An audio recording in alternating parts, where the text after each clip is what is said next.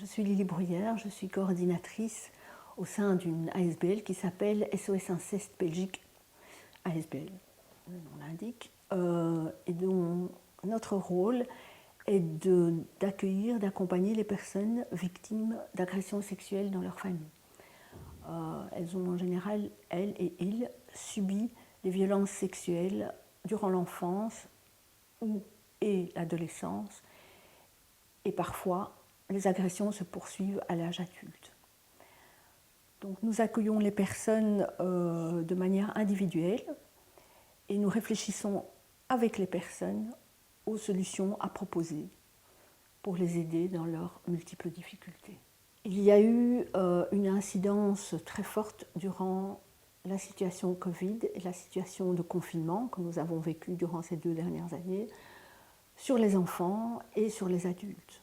En ce sens que les enfants ont subi plus de maltraitance, plus de violences sexuelles, liées au fait qu'ils ne fréquentaient plus l'école à certains moments, donc ils étaient plus isolés. Les parents qui étaient déjà fragilisés étaient encore plus isolés et économiquement impactés par la situation.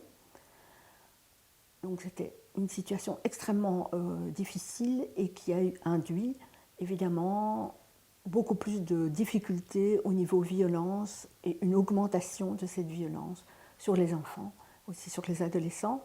Et les adultes, anciennes victimes de l'inceste, ont été impactés également par l'isolement qu'ils ont subi durant la situation Covid.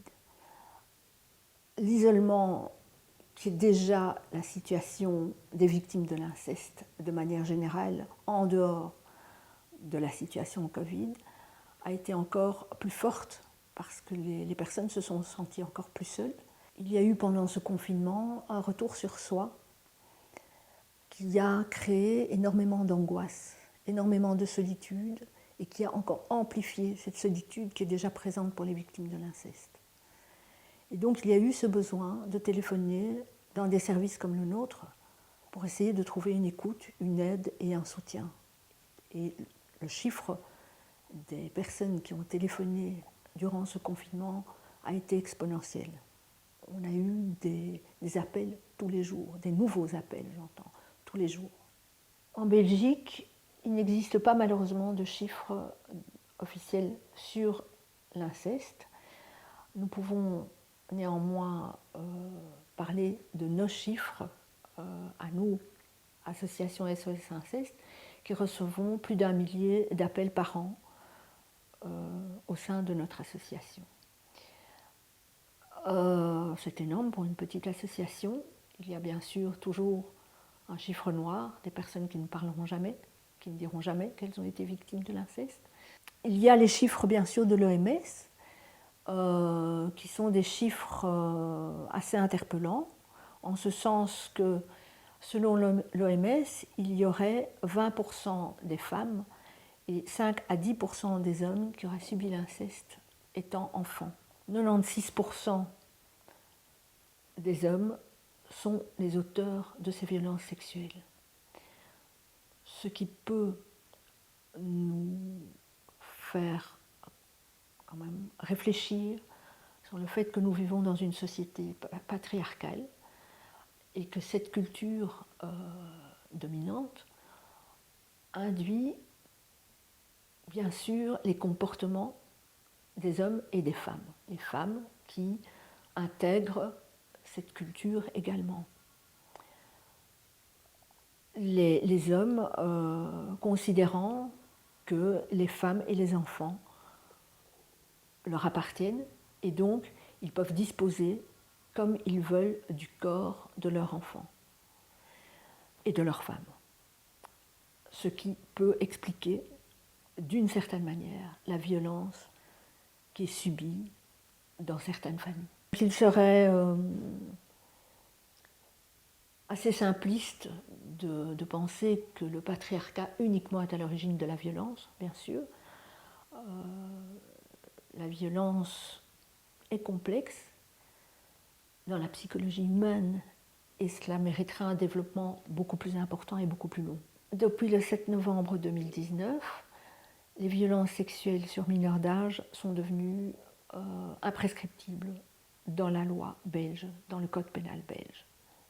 Ce qui est une grande avancée, parce que cela permet aux victimes de l'inceste de pouvoir parler de ce qu'ils ou elles ont vécu durant leur enfance ou durant leur adolescence, au moment où ils sont prêts à le faire. Pourquoi est-ce que c'est important d'avoir ce temps-là?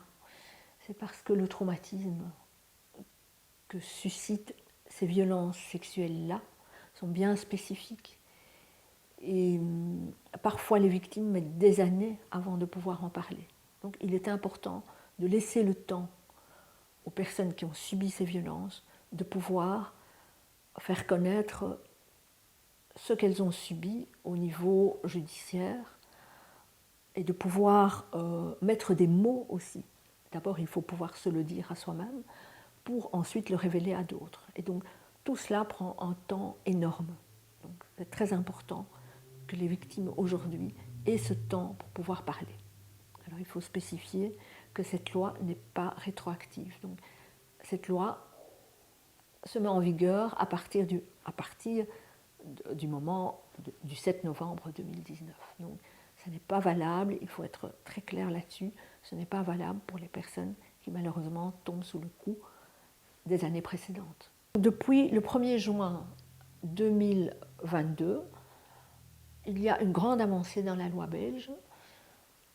C'est le mot inceste qui rentre dans le code pénal. C'est très très important parce que dans certaines familles, on ignore que l'inceste est punissable. On ignore que l'inceste est interdit. Et donc le message aujourd'hui est clair. Autrefois, il y a encore très très peu de temps, l'inceste existait, mais dans le code civil, comme l'interdiction au mariage. Aujourd'hui, ça n'est plus le cas. Il existe dans le code pénal et c'est une infraction à part entière.